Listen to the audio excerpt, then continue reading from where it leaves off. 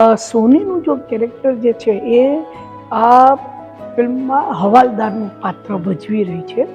દરેક લગ્નમાં કે પ્રેમ સંબંધમાં કે જે એમાં જે ઇસ્યુ હોય તો એની ચર્ચા હું સોની સાથે કરતો હોઉં છું. અને એ ચર્ચાઓનું જે રૂપ જે છે એ કૃષ્ણ અને અર્જુનનું જે રૂપ હતું એ પ્રકારનું રૂપ તમે ગણી શકો.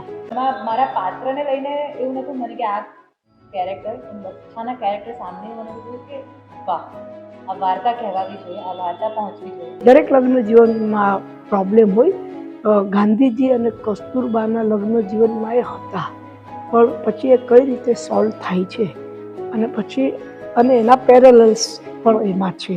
હું જ્યારે ત્યાં પહોંચ્યો ત્યારે મને ખબર પડી કે એ ગીત આખું વન ટેકમાં લેવાનું. તમે જ્યારે ચૌરંગી જોશો તો તમને એમ લાગશે કે તમે બાસુ ચેટર્જીની કોઈક ફિલ્મ જોઈ રહ્યા છો. બહુ ઓનેસ્ટ વાર્તા છે. બહુ જ તમને એવું લાગશે કે તમે રિલેટ કરી શકશો. તમારી આસપાસના લોકોને સાથે તમે એને સરખાવી શકશો કે હા, આવું વ્યક્તિ મારા જીવનમાં કે મારી આસપાસના જીવનમાં છે. કેમ છો દોસ્તો, હું છું પાર્થ દવે અને સિનેમા સાહિત્યમાં તમારું સ્વાગત છે. 2026નું વર્ષ છે અને એક સરસ મજાની ગુજરાતી ફિલ્મ 30મી જાન્યુઆરીએ રિલીઝ થઈ રહી છે, ચોરંગી. વિનોદ પરમાર ડિરેક્ટર છે. ચાતર ફિલ્મ એમની આવી હતી, અલગ ફિલ્મ હતી. એ નિમિત્તે વિનોદભાઈ સાથે વાત થઈ હતી. એમની લિંક, એમના ઇન્ટરવ્યૂની લિંક, એમની જર્ની એમાં છે. અને મારી સાથે સોની ભટ્ટ અને સંજય ગોરડિયા સાહેબ છે. સગન મગન તારા છાપરે લગન મારું ફેવરેટ નાટક છે, જે હું વર્ષો પહેલાં જ્યારે અંજાર હતો ત્યારે જોયેલું છે. એમને મેં વાંચ્યા છે મિડ ડેમાં, જેમાં હું બહુ જ લખતો હતો. સોની સાથે પહેલી વાર વાત થઈ રહી છે. વીજળી પ્લે મેં જોયું છે. તમને બંનેને વેલકમ. સૌથી પહેલાં ધન્યવાદ. ચોરંગીનું પોસ્ટર બહુ ઇન્ટરેસ્ટિંગ છે, જેમાં બહુ અલગ અલગ વાર્તા આમ તમને આમ લાઈફ ઇન મેટ્રો કે એમ ફિલ્મ યાદ આવે કે અલગ અલગ જે ટીઝર મેં જે જોયું, પેલું મુંબઈનું જે સીન છે. સૌથી પહેલા તો મને લાગે છે કેરેક્ટર વિશે તમારા બંને એના વિશે વાત કરો. જે ચૌરંગી જે છે એમાં 4 વાર્તાઓ છે ને પ્રેમના અલગ અલગ 4 રંગ છે, એટલે ફિલ્મનું ટાઇટલ છે ચૌરંગી. અને હું એમાં વચેટિયાની ભૂમિકા ભજવું છું. મહારાજ આપણે ત્યાં કે નેચ મેકર, મોડર્ન ભાષામાં શાદી.com એવું કહેવાય. તો એ પ્રકારે હું, કારણ કે જે વાર્તા જે છે ને એ એક ગામડામાં બેઝડ છે કે આજુબાજુ બધા ગામ છે અને ત્યાં બધાને હું ઓળખું છું, એટલે એકબીજાના લગ્ન કરાવી આપવાનું કામ હું કરતો હોઉં છું. અને સોનીનું જો કેરેક્ટર જે છે એ આ ફિલ્મમાં હવાલદારનું પાત્ર ભજવી રહી છે, જેના મા બાપના લગ્ન મેં કરાવ્યા.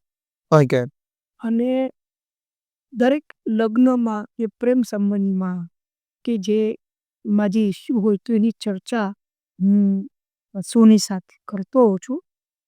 અને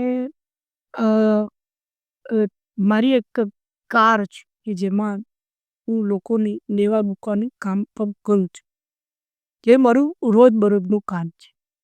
તો એ બાને સોની સાથે મારી મુલાકાત થાય અને પછી અમારી લગ્ન સંબંધ વિશે, પ્રેમ સંબંધ વિશે ચર્ચાઓ થાય. અને એ ચર્ચાઓનું જે રૂપ જે છે એ કૃષ્ણ અને અર્જુનની જે રૂપ હતું એ પ્રકારનું રૂપ તમે ગણી શકો. તો એ આ બેઝિક આ ફિલ્મનો પ્લોટ. રાઈટ. અને અને આ ફિલ્મમાં, કારણ કે આપણે અહીંયા આગળ જ્યાં બેઠા છીએ ત્યાં આઝાદીમાં લડતા ફોટાઓ છે, પાછળ ગાંધીજીના કેટલા સરસ ફોટા છે. તો એમાં ગાંધીજી અને કસ્તુરબાના સીન પણ છે કે એ બેઉ જણા વચ્ચે શું ઇસ્યુઝ હતા અને કઈ રીતે એ લોકો રિઝોલ્વ કર્યા હતા, અથવા તો એ લોકો વચ્ચે જે પ્રોબ્લેમ હતા. દરેક લગ્ન જીવનમાં પ્રોબ્લેમ હોય જ, એ લેખકનો દર્શાવવાનો અર્થ છે કે દરેક લગ્ન જીવનમાં પ્રોબ્લેમ હોય. ગાંધીજી અને કસ્તુરબાના લગ્ન જીવનમાં એ હતા પણ પછી એ કઈ રીતે સોલ્વ થાય છે અને પછી અને એના પેરેલલ્સ મૂવીમાં છે. તો આ પ્રકારનું એક બેઝિક સ્ટ્રક્ચર છે આ ફિલ્મનું. બહુ ઇન્ટરેસ્ટિંગ છે. અને એક સીન પૂરો થયા પછી બીજો સીન કયો આવશે ને એ તમને ખબર ના હોય. ઓકે. એ તમે પ્રિડિક્ટ ન કરી શકો. બીજું અમે આ બીસી હવે આ બીસી એ તમે એ આ ફિલ્મનું બહુ જ જમાપાસ છે. એડિટિંગ નું ઇન્ટરેસ્ટિંગ છે એડિટિંગ, રાઈટ? યસ. ઓકે. સૌથી પહેલા તો કેવો અનુભવ રહ્યો સાહેબ સાથે સ્ક્રીન પ્રેઝન્સ? મને લાગે છે તમારા બંને સાથે વધારે દ્રશ્યો છે અથવા તો મોટા ભાગે. પેલી જે કૃષ્ણ અને અર્જુનનું જે એમણે સુંદર જે આપી ઉપમા, તો એમાં હું એડ કરીશ કે એકચ્યુઅલી મારા સારથી જ છે એ ફિલ્મમાં. લાઈફમાં પણ મારા પાત્રનું નામ છે ધ્વનિ. ધ્વનિના એ લાઈફમાં પણ સારથી છે અને જે કામ પર જાય છે ત્યાં મૂકવા પણ એને સર નું જે પાત્ર છે આવે છે. એટલે સારથીનો રોલ એમણે પ્લે કર્યો છે. અને એમની સાથે કામ કરવાનો અનુભવ તો એ રીતે હતો કે હું નાની હતી ત્યારથી એમના પ્લે જોઉં છું. આઈ ફોલો હિઝ વર્ક અને my life has come to a full circle કે now I am working with him. And ભગવાનની એટલી દયા છે મારા પર કે I have spend time with him on set off set. મેં એટલી વસ્તુઓ શીખી છે એમની પાસેથી અને એ એવા છે કે એમણે મારી પાસેથી બી ઘણી વસ્તુઓ શીખી છે. તેમની એ મજા છે કે એમની પાસેથી શીખવા બી મળે અને એ સાંભળે પણ ખરે આપણને. તો બહુ મજા પડી. સુપર. સર, બહુ દીર્ઘ કરિયર નાટકો જે ચાલે છે. આપણે કમઠાણ વખતે વાત કરી, જમકુડી લઈ લો, ઈશ્ક, મને પેલો સીન યાદ આવશે જ. તો આ રોલ અલગ છે. આમ કમઠાણમાં પણ અલગ હતો, આપણી વાત થઈ હતી. અને તમે હંમેશા એમ કહો, મને યાદ છે કે અવાજને લઈને કે ચહેરાને લઈને એની કારણે આમ કંઈક થતું ગયું અને ક્યારે અંડર એસ્ટિમેટ પોતાને નથી કર્યા. પણ આમાં આ રોલ આખો અલગ લાગી રહ્યો છે. આ કેરેક્ટર જુદું છે તમારું. એના વિશે કંઈ કહેશો? કેવું છે કે આમ તો જે સંજય ગુરલિયા જે યુઝ્યુઅલ જે પ્રકારની કોમેડી કરે છે એ પ્રકારના રોલ હું ભજવતો તો વચ્ચે આવી એક ફિલ્મ આવી જાય તો તમને કરવાનું ગમે કે જેમાં ટિપિકલ સંજય ગોરડિયાની જેવું પરફોર્મ કરવાનું ન, જરાક થોડુંક સિરિયસ હોય, થોડુંક માર્મિક હોય, કોમેડી પણ જે હોય એ એટલે જેને કેવું સૂક્ષ્મ ખૂબ જ કોમેડી એકદમ જ આમ માઇલ્ડ કોમેડી કે જેમાં આમ બહુ સટલ અને તે તમને ચહેરા પર સ્માઇલ આવે એટલું જ. સ્લાઇસ ઓફ લાઈફ કોમેડી કાંઈ તો એ એવું હોય એટલે એ કરવાની તમને મજા આવે. એકાદ વાર આવું કરવા મળે તો so I have enjoyed every bit of it. કોઈ પર્ટિક્યુલર વાત કરી શકો શું શીખ્યા અથવા કોઈ સીન વિશે વાત આ ફિલ્મના કે એ દરમિયાન કંઈ તમે કંઈ ઓબ્ઝર્વ કર્યું હોય? સર સાથે હા. ના જે સીન્સ છે એમાં ઘણી બધી જગ્યાઓએ જે સીનમાં છે, જે ડાયલોગ છે, જે વાર્તા છે એને લગતું છે. પણ એ રિયલ લાઈફમાં બી મને એટલું બધું હેલ્પ કરી ગઈ છે ને એ વાત, જે તમારે 30મીએ જોવું જ પડશે. તેથી તમે બી કદાચ 2 વસ્તુઓ શીખીને જ જશો. અને એવું નથી કે આમાં બહુ પ્રીચી નથી થઈ રહ્યા ફિલ્મમાં કે કંઈક શીખવાડીને જ જવું છે. પણ વાત કરતાં કરતાં જ એટલી સહજતાથી તમને એવું કહી જશે કે તમે કંઈક તો પોતાની જાતે લઈને જ જશો ઘરે. એવી વાત છે.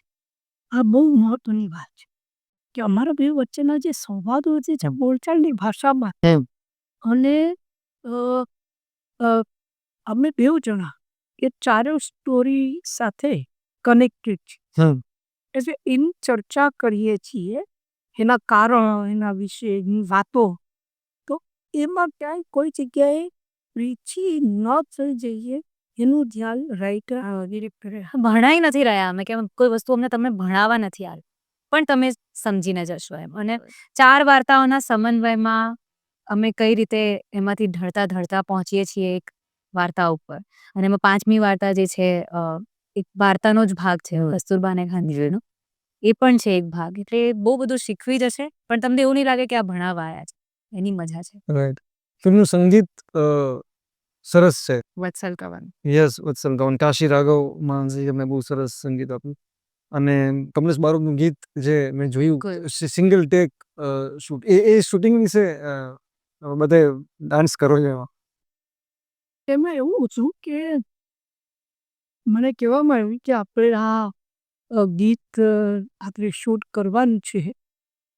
કમલેશ બારોટે ગાયું છે ગીત અને એ આપણે કરવાનું છે.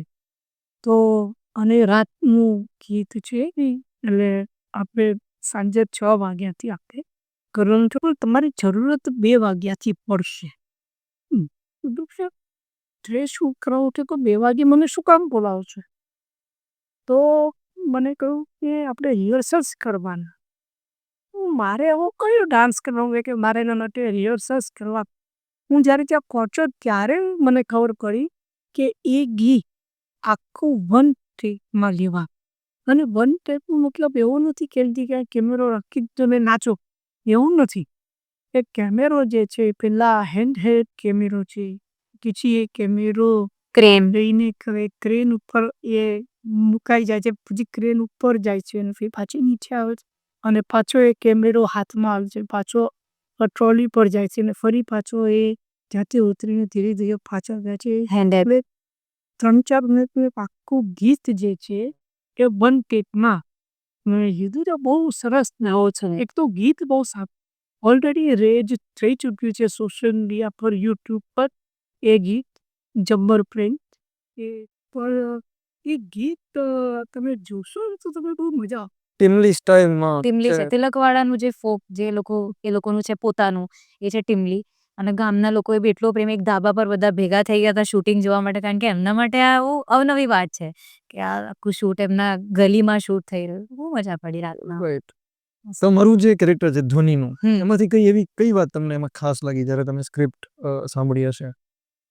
મને કેરેક્ટર કરતા જે વાર્તા છે ને, મને આ આખી સ્ક્રિપ્ટમાં એક વસ્તુ એ લાગી કે આ સ્ક્રિપ્ટમાં કોઈ વ્યક્તિ કે કોઈ પાત્ર હીરો નથી. આ ફિલ્મની વાર્તા હીરો છે. આ ફિલ્મની વાર્તા જે છે એ જ એક કહેવાય ને મુખ્ય ભૂમિકા કરે છે ફિલ્મમાં. તો એમાં મારા પાત્રને લઈને એવું નહોતું મને કે આ કેરેક્ટર, પણ બધાના કેરેક્ટર સાંભળીને મને એવું થયું કે વાહ, આ વાર્તા કહેવાવી જોઈએ, આ વાર્તા પહોંચવી જોઈએ. તો મને આનો ભાગ બનવું છે. તો એના લીધે હું આનો ભાગ બની છું. પાત્ર પછી આવે. ફિલ્મમાં એડજસ્ટમેન્ટની વાત છે, ગાંધીજીનો રેફરન્સ છે. મને વિનોદભાઈએ પણ બહુ સરસ વાત કરી હતી. અને મેચ મેકરનું તમારું કેરેક્ટર છે, તો આ જે મેચ મેકરની તમને શું લાગે છે કેટલી જરૂર છે? મેચ મેકરની આજે જરૂરિયાત વધારે છે. બીકોઝ મેચ મેકર કોણ હોય છે કે કોણ બની શકે કે જેને કે જે છોકરી અને છોકરીના ખાનદાનની ઓળખ હોય, છોકરો અને છોકરાના ખાનદાનની ઓળખતો. આજકાલ કેવું થાય છે કે લગ્નો ફટાફટ થાય પણ છે ને ફટાફટ તૂટી પડતો હોય છે. એનું કારણ એ છે કે તમને ખબર નથી હોતી કે સામેવાળી છોકરી કેવી છે, કે માણસો કેવા છે. આપણે ત્યાં જ્યારે અગાઉના વખતમાં જ્યારે લગ્નની વાત આવતી તો કહેતા હતા કે માણસો કેવા છે, છોકરી કેવી છે પછી આને પેલા માણસો કેવા છે, તો કે બહુ સારા માણસો છે, અહીંયા આવે છે, હું વર્ષોથી એમની ઓળખું છું. આ પ્રકારની વાતો થતી. જે આપણે ત્યાં તમે જોશો તો જેટલા પણ ઓનલાઈન પોર્ટલ છે લગ્ન કરવાના, એની અંદર ઘણી વાર ફસામણી બહુ થાય કે છોકરીઓ જે છે એ અમુક પૈસા જોઈને લગ્ન કરતી હોય અને પછી અવનવા બ્લેકમેલ કરે કે બધી માંગણીઓ કરે કે આ બધી વસ્તુઓ વધારે થઈ રહી છે. કે છોકરીઓને લગ્ન કરવા કરતાં કે લગ્નો કરીને એશો આરામની જિંદગી કઈ રીતે વિતાવવી, કે કઈ રીતે એના હસબન્ડ પાસેથી પૈસા પડાવવા, એ વસ્તુ પણ હવે આપણે ત્યાં જોવામાં આવે છે કે વધારે આવું થઈ રહી છે. પછી અલ્ટિમેટલી ડિવોર્સ આપણે ડિવોર્સ તમે લો એટલે પછી એ પેલી એની મની માગે ને પોલીસમાં ખોટી ફરિયાદો નોંધાવે, પછી લાંબુ વાસણ જેલમાં જાય, ભાઈ જેલમાં જાય ને સાસુ સસરા જેલમાં જાય ને અવનવા આ બધા થયેલા છે, જેના માટે મેચ મેકર અત્યારે બહુ પ્રસ્તુત છે. મેં તો પછી તમારે પ્રાઇવેટ ડિટેક્ટિવ રાખવા, આપણે પણ પ્રાઇવેટ ડિટેક્ટિવ પણ એ કામ નથી કરી શકતા જે મેચ મેકર. વાહ, એટલે અત્યારના જમાનામાં મેચ વધારે પ્રસ્તુત છે. ચોરંગી ફિલ્મની કોઈ ખાસ એક વાત આપણે દર્શકોને કેવી હોય ટૂંકમાં કે આ કારણસર આપણે ફિલ્મ જોવા જવી જોઈએ, તો તમને શું લાગે છે? એક દર્શક તરીકે પણ તમને શું લાગે? બહુ ઓનેસ્ટ વાર્તા છે. બહુ જ તમને એવું લાગશે કે તમે રિલેટ કરી શકશો. તમારી આસપાસના લોકોને સાથે તમે એને સરખાવી શકશો કે હા, આવું વ્યક્તિ મારા જીવનમાં કે મારી આસપાસના જીવનમાં છે. અને એકચ્યુઅલીમાં બહુ જ, કારણ કે અમારા ડિરેક્ટર છે ને એટલા ક્લિયર વિઝન સાથે બનાવે છે. એમની રાઇટિંગથી એમનું એકદમ ક્લિયર હતું, ક્લેરિટી. તો આ એટલી ઓનેસ્ટીથી બનાવેલી ફિલ્મ છે અને તમે જોશો તો તમે એ ફીલ કરશો. સંજયભાઈ, આટલી બધી ફિલ્મો, આટલો બધો અનુભવ, તો હવે જ્યારે તમે શૂટ ઉપર હો ત્યારે અભિનયને, ફિલ્મની એ પ્રોસેસને કઈ રીતે તમે જોતા હો છો? અ, જે પ્રોસેસ પહેલી ફિલ્મમાં તો એ પ્રોસેસ આજે પણ છે. બિકોઝ શું છે કે શૂટિંગ ભલે હું કેટલામનો પણ વાર કરતો, પણ એની વાર્તા, મારી આસપાસના કલાકારો, લેખક, દિગ્દર્શક, કેમેરામેન, આખું યુનિટ મારા માટે તો નવું જ છે. આ પાત્ર પણ મારા માટે નવું જ છે. એટલે હું એવું કહ્યું કે બહુ કર્યું, બોલે શું કરવાનું છે. ના, એવું નથી. હું ક્યારે પણ મોનિટર જોતો નથી ઓકે. કે પતી ગયો પછી ડિરેક્ટર સાહેબ જ્યારે મોનિટરમાં જોતા હો ત્યારે હું ડિરેક્ટરને જોતો. એ જોતા જોતા એમના મૂળા તો કેવા ભાવ. આ તો એમણે મને બી શીખવ્યું છે. આ હું શીખી. એમની આંખો શું કહે છે Yeah. ડિરેક્ટર? કે તારે મોનિટર જોવાની કોઈ જરૂર નથી. તું એમની સામે એક્ઝેક્ટલી, હું એ જ પૂછતો હતો, પર્ટિક્યુલર. ઓકે. સરસ. ઓકે, ચલો, હે મારું કન્સેપ્ટ. Moving on. આ બહુ મહત્વનું. એ કોણ રીતે ના, ઓફકોર્સ તમે કાંઈ થંબલ માર્યું હોય તો તમે કહી શકો છો, પણ અધરવાઇઝ એક માઇન્યુટ પેલા માટે તમે કાકોટે ફરતી લેવડાવો. આજુબાજુના કલાકારો કંઈ હોય બીઓ કેસ તમે ફોડી બધાનું તમે ફરી પાછું કરવાનું કહો છો. વાંધો કશો જ નથી. તમને સંતોષ ન થાય તો તમે ફરીથી કરી શકો. પણ એ જો તમારું કંઈક મેજર કંઈક વસ્તુ તમને સૂચી હોય અને તમે એક વધુ કંઈક લેવાનું કહો ત્યાં સુધી બરાબર. બાકી નાની નાની વસ્તુઓ જેમ કે મારા ને સરના અમુક, એટલે સર ડ્રાઈવ કરતા હોય ને એમને શોટ આપે, બિકોઝ એમણે એવું કેરેક્ટર પ્લે કર્યું છે કે ડ્રાઈવ કરી રહ્યા છે ને હું એમની બાજુમાં બેઠી. એવા ઘણા શોટ છે જે આખા અમે વન ટેકમાં આપ્યા છે. અમારા બંનેનો આખો શોટ હોય, કારણ કે કારમાં છે તો વારે ઘડીએ તમે ઊભું રાખીને ફરીથી રીટેક ના કરી શકો. તો ત્યારે એ વસ્તુ બહુ જ ઇમ્પોર્ટન્ટ છે કે you give your best in 1 or 2 take. અને એમાં શું છે કે ડાયલોગ પાકા કરવાના. એક વાત પ્રોપર રીડિંગ કરી લેવાનું. તમારો મૂડ આ તે ક્યાંક લાઉડ ન થઈ જાય. કારણ કે આ ફિલ્મનું ડિસિબલ જે છે થોડુંક નીચે છે. એટલે તમારે એ બધું પાછું તમારે એનું પણ ધ્યાન રાખવાનું છે. કમીને કુત્તે મેં તેરા ખૂન પી જાઉંગા એ આ ફિલ્મ નથી. એ ડ્રામા છે, કોમેડી છે, ઇમોશન છે, બધું જ છે. એ બધી વસ્તુ આ લેવલ પર છે. ઇવન વળાંકો પણ જે છે ને નાના નાના વળાંકો છે, જે ઝટકાઓ પણ છે નાના નાના છે. ડ્રામા જે છે નાના ડ્રામા જે આપણે રોજની જિંદગીમાં થતા હોય, રોજબરોજની જિંદગીમાં, એ વાત બહુ બહુ અલગ અનુભવ છે મારા માટે.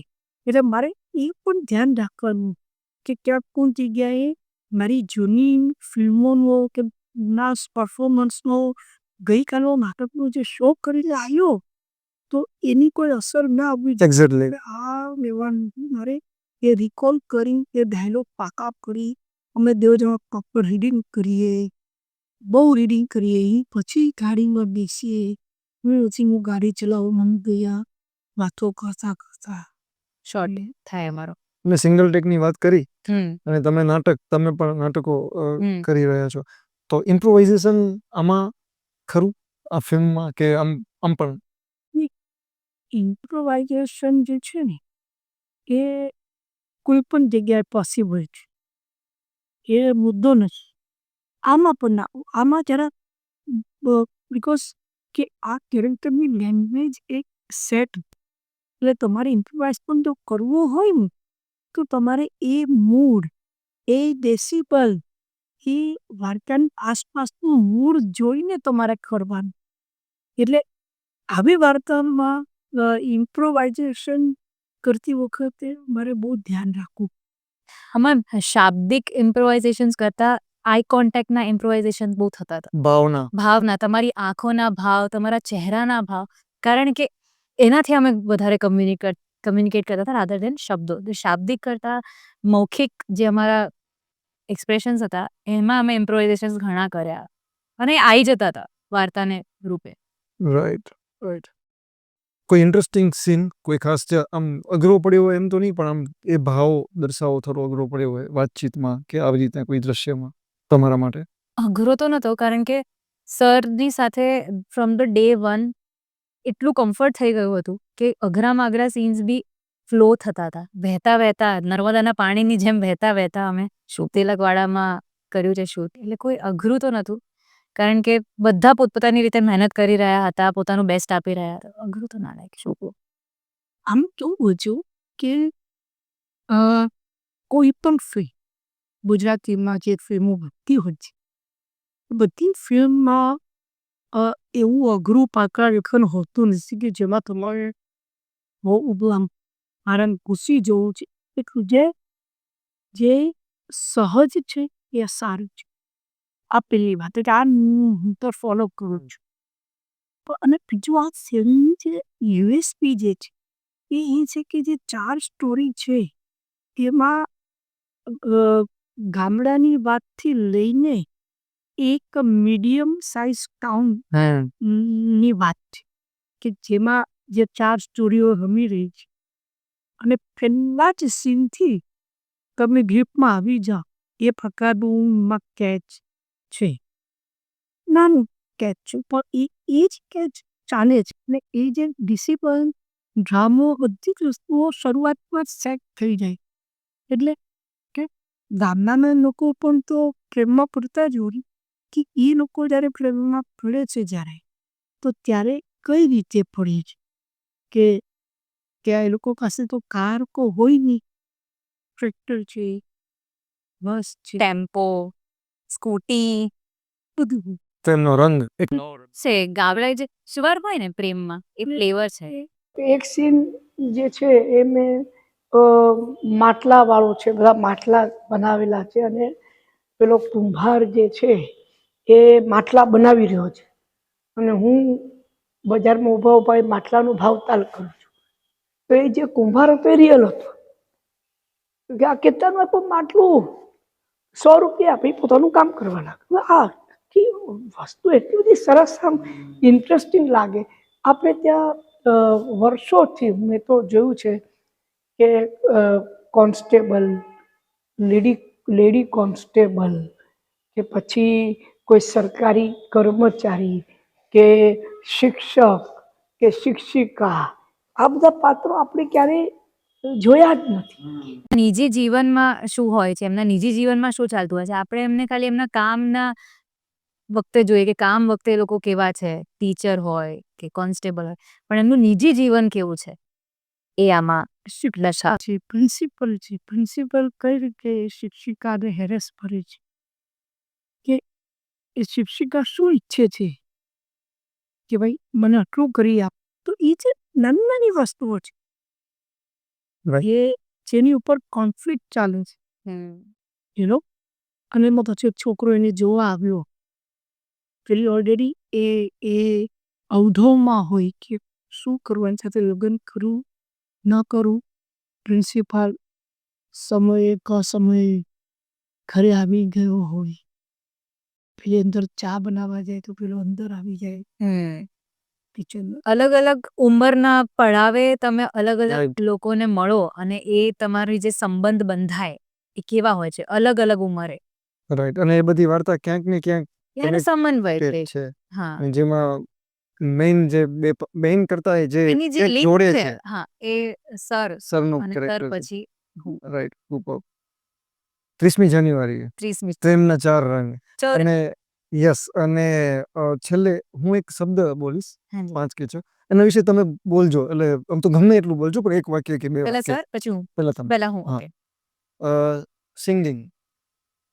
પ્રેમ, ઓકે. તમે વાક્ય પણ બોલી શકો છો જે તમને મજા પડે. પ્રેમ, ભણાવવું, ટીચિંગ, ટીચર. મારા બચ્ચાઓ, સુપર. અભિનય. અભિનય જીવન ચોરંગી 30મી જાન્યુઆરી સોફો નૃત્ય નૃત્ય અચ્છા નૃત્ય ખૂબ જ ગમે છે મને સોફો હમ. સર થિયેટર મારો જીવ, જિંદગી થિયેટર, ફૂડ અરે શોખ. સર સાથે ફૂડ ઉપર હું છે ને આખું અલગ એક બહુ એક અલગ અલગ વાતો બ્લોગ લાવું છું જોઈ છે તમારે અને મેં એમને વાંચ્યા છે આમ બહુ આ કેવું બહુ પેલું ઓલું અલગ અજુગતું લાગે એટલે મુંબઈના લોકોને તો ખ્યાલ છે કે સર જે જગ્યાએ જાય એમાં પોતાનો એમનો ફોટો હોય અને ફૂડ વિશે બહુ સરસ બહુ ભૂખ લાગી હોય ત્યારે નહીં કરતા પણ આ. હા નહીં સ્કૂલ તમે જમવા બેઠા હો ને ત્યારે આપણે ઘણી વાર હું જમવા બેઠો ત્યારે હું કોઈ પણ ફૂડનો રસોઈ જોતો હોઉં યુટ્યુબમાં કારણ કે એ એટલે ઓફકોર્સ એ ડિફર કરે છે તમને અમુક પર્ટિક્યુલર તમે જોતા હો તો તમને એમાં મોઢામાં પાણી આવે જે તમને જમવામાં મદદરૂપ થાય તેવી જ રીતે મારા આર્ટિકલો જે છે એ તમે વાંચો ને તેનું વિવરણ એવું હોય કે તમને મોઢામાં પાણી આવે તમે ખબર જ પડે લખનારે ખાઈને મજા કરી છે ને લખ્યો એ. હા તો ઘણા લોકો ગયા તમે એવા તમે આવું તો લખો છો પછી તમારે મોઢામાં પાણી એક્ઝેક્ટલી હમણાં અમે હતા ત્યાં કો ભૂખ લાગી ગઈ તો ત્યારે કહો કે એ જેનો પર્પસ છે એક્ઝેક્ટલી એબ્સોલ્યુટ હું ઠાકર ક્લબમાં થાળી ખાવા ગઈ તો દિલીપ જોશી જેઠાલાલ તો એ આર્ટિકલ મારા રેગ્યુલર વાંચે તો એક વાર યાર તો આ બધું લખે છે મોઢામાં પાણી આવી જાય તો હું કહું કે દિલીપ એ જેનો પર્પસ વો તો કરના હે વહી તો કરના હે અને એ જ હું કરું છું કે એમાં કેવું છે કે તમે રાશિ ભવિષ્ય વાંચતા હો ને એ મોમેન્ટ એક વાત છે સુપર કે પર્પસ કરો એ બહુ ક્લિયર થયું એટલા માટે તમને એ ગમી છે મારો પર્પસ એ નથી કે તમે અહીંયા જાઓ અને ખાઓ એ તો એ સેકન્ડરી થી પહેલો તો એ છે કે તમને મોઢા પાણી આવી એ વાંચતી વખતે મજા આવી રાઈટ ફૂડ એના પછી આમાં મેં જ લખ્યું હતું લેખન શબ્દ મેં લખ્યો હતો નોટ વેરી ઇઝી રાઈટ અભિવ્યક્તિ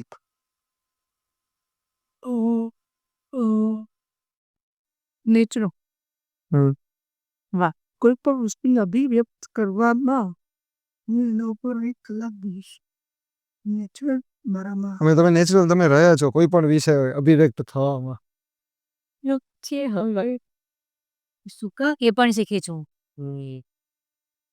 ખબર નથી યસ અને છેલ્લો શબ્દ ચોરંગી એક